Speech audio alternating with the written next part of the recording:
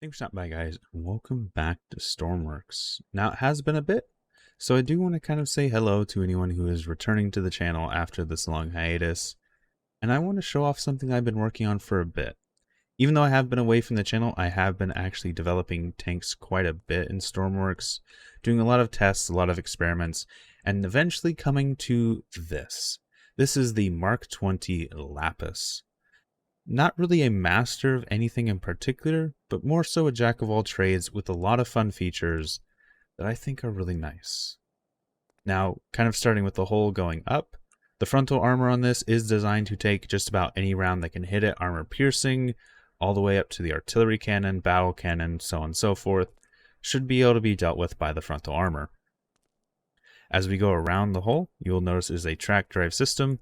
The system is capable of moving forward and backwards safely, no sorts of stalling or jamming issues. It does also have neutral turning, as well as some other fun features once we actually introduce the handbrake, which does function as a handbrake, but also has some other fun features when it comes to maneuverability.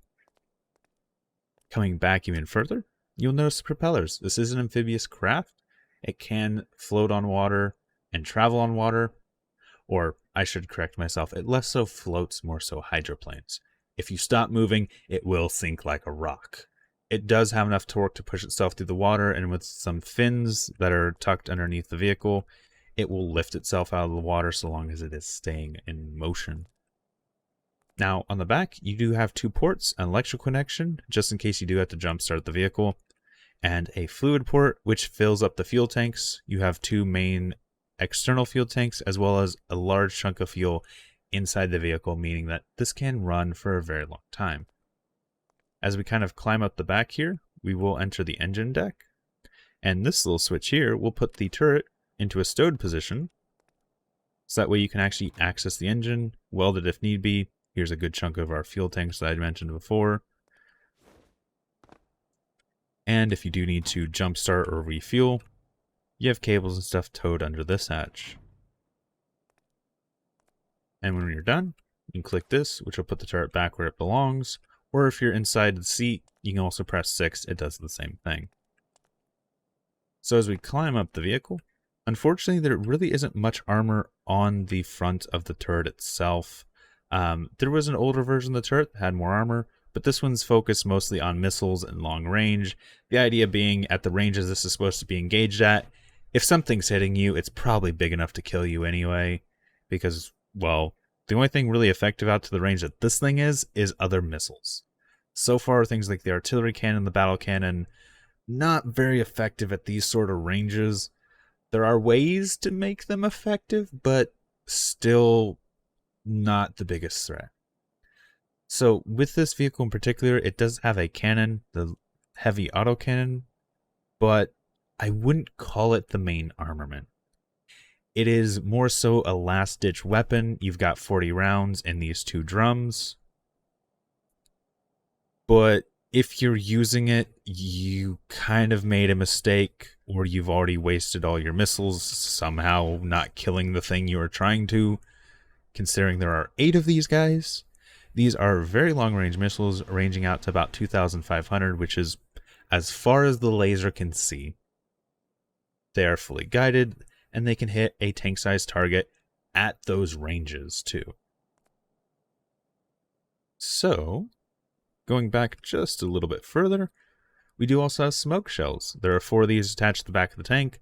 They're designed to flip off and spin somewhere behind you. That way you can just back over them and use the smoke as cover. And as for that, I think that's really all I can speak of without going into the tank and turning it on. And once we climb down in, you'll see some of the supplies we have laid out around us. We have a number of control systems, as well as fire extinguisher, welding torch, SMG, ammo, first aid kits, binoculars, and night vision binoculars.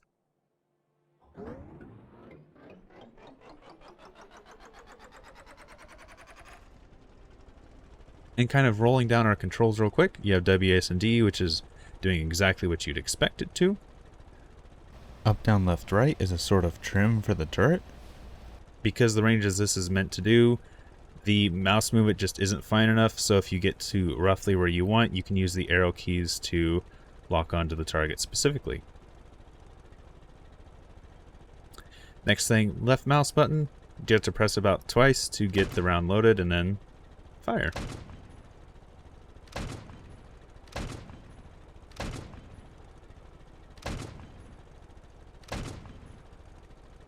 And if you look at the sights on the back, the top right camera is what I would expect to use for the heavy autocannon.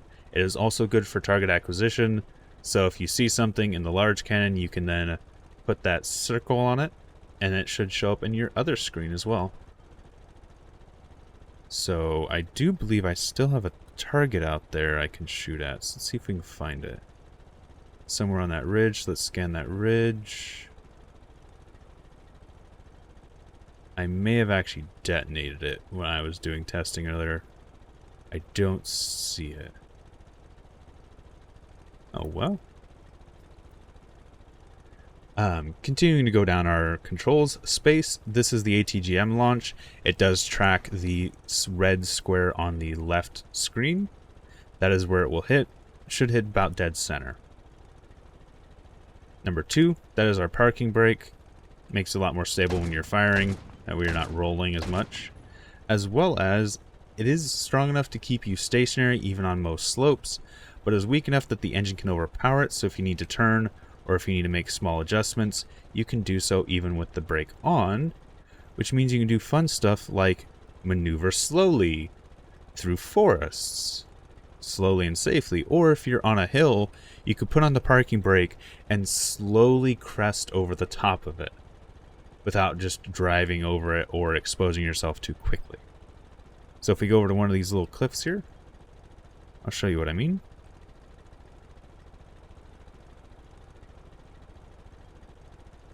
It's a decently nippy vehicle. It's not the fastest thing ever, but it does what it's supposed to do.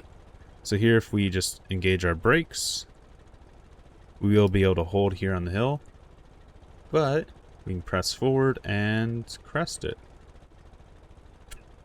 Nice and slow, and we can pull back and even turn off the brake if we really need to dive into the cover. There we go. 3 is our starter. If you tap it, it will turn everything off. If you hold it, it will also crank the engine. 4, we do have IR on the main sight. 5 is the smoke shells. Let's get a look how big these are. Hit smoke, throws it behind us. We just back up and over it. And there you go. We have 4 of these on our tank, which is really nice. And then 6 is the turret lock that we use to access the engine bay.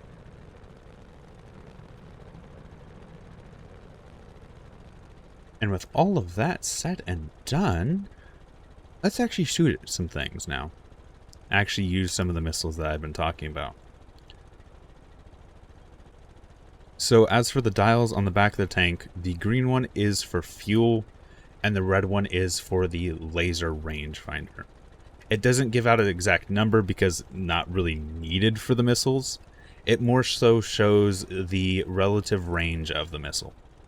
So if we pick a location, and let's just say that tree in particular I don't like. If I point at it, I can look at the red needle, and it tells me roughly about how much range I have left to work with.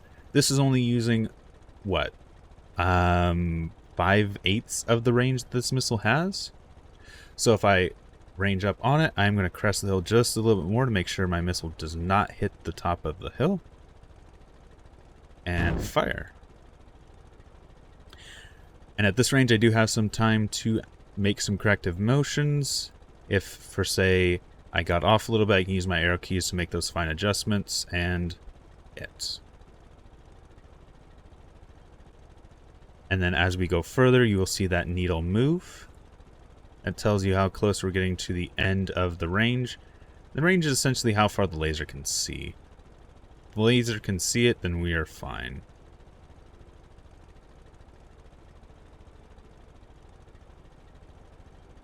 So, with that being said, I'm not sure what this glitch is. I've been having a glitch with the dial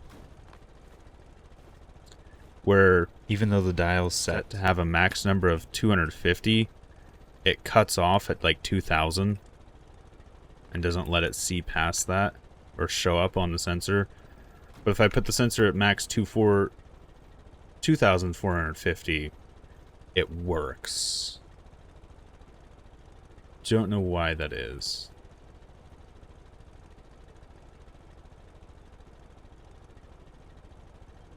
Anyway, I'm not sure what that glitch is all about, but for the most part, as long as the needle is showing up and not pointing down, it means the laser is being received and you can fire on that target. And one fun thing with these missiles is actually how nimble they are. So just for the fun of it, let's just go shoot 3 of them. And oh yeah, you know that tree we said earlier that we didn't like? Let's see if we can hit that tree again. And you could see those missiles just not being able to hit the target. Apparently that was too sharp of a turn. Let's try that again.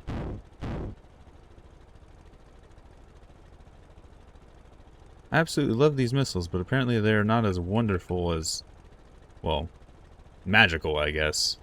They still have their limitations. And I should have, what, 1 more missile left?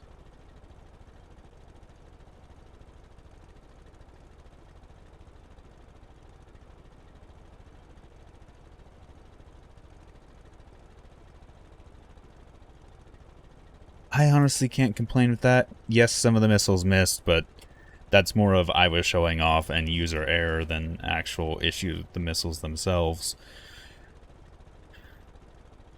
So with that being said, I do want to point out just how fucking funny the turret looks with no missiles on it.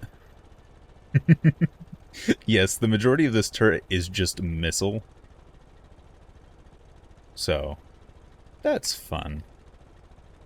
Some small notes to say. When the missiles are launched, it does shoot chaff just because I find flares to be a really easy timing system. Also, with the smoke, when the smoke launches, it does shoot a chaff off to our side. It's a little hard to see inside the smoke, but there is a chaff that gets shot out with the smoke to help with masking the signature. Which is a big reason why I like the laser missiles over the radar missiles, is because radar missiles literally have a hard counter to them. Whereas, you know, laser's a little bit harder to do. Especially if you put a laser, like, number attached to it. Or a frequency, that's the word I was looking for. So real quick, I do want to show off the amphibious capability because that's the one thing I haven't properly demonstrated. I've mentioned it, but not shown it. So let's go ahead and re-equip the missiles. That way we are traveling under full weight. Hopping up onto the vehicle.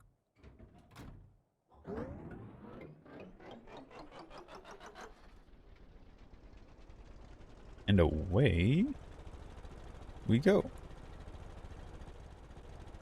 Alright, and as we approach the water, one thing to note is there's a sensor on the bottom that detects how close we are to water and will turn on the propeller when need be. As you can see, we can dive pretty well into water. I wouldn't take any massive cliffs, but yeah, just kind of driving into it, leaping, isn't a bad thing. It's not the fastest thing ever, which is unfortunate. However, it is very maneuverable. If I wanted to just turn around right now, I could. One other thing to keep in mind when actually piloting on this water is the back of the turret is really heavy and is enough to change the direction. So whichever way the back of turret is pointed, the vehicle will start to tilt and then as a result turn. So trying to keep the turret pointed as straight as forward while maneuvering is nice. Not required, but nice.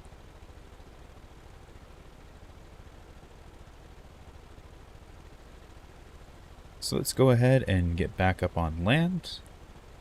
Just drive right into it. The propellers will kick off. You'll hear them spin for a bit. That's just because they have momentum to them and they'll slow down over time. And now, we're moving again. So yes, I am really happy with this tank. and would love to actually do some PvP combat if there's anyone out there that has a PvP ready tank already designed. I know there's a few people in my community who have, but as I've said, it has been a bit. I have been on hiatus and would love to actually start something up sometime soon where we can show off some tank designs and put them head to head in a PvP battle, because God, I hate this game's AI, to be honest. One of my major complaints with Stormworks is that the AIs have a health bar based system, whereas player vehicles have a components based system. So player vehicles get damaged, component gets knocked out. It's very hard to work. But with the AI based vehicle, you could pump 20, 30 shells into it before it goes, oh, my health bar is low enough, I'm going to explode now. It's a little frustrating. It makes it not as fun to fight the AIs, especially when their tank designs are literally just stationary turrets. I don't want to bash the developers because I'm guessing it's game limitations, and, you know, considering how much freedom the game already has, setting up stuff like that, I'm assuming is not a fun task. But still, that's why I would like to, at some point, get some actual players in here with some actual tanks that are designed to be PvP rather than some tanks that I've seen that are more cosmetic than others, or some tanks that are more concept than others. But yeah, I think this is about it without me continuing to ramble on about the game. So I'm going to go ahead and end it here. Thanks for stopping by. Thanks for sticking around. And until next time, peace.